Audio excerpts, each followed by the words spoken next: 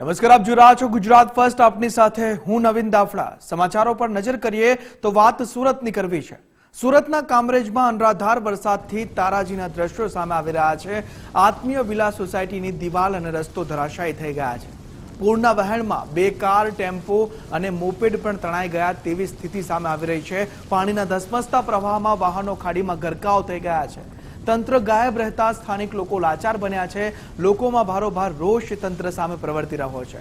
રહીશોએ સાવચેતી દાખવી સોસાયટીનો રસ્તો બંધ કરી દીધો, પરંતુ જે પૂરની સ્થિતિ સર્જાઈ છે તેમાં વાહનો પણ તણાઈ ગયા છે.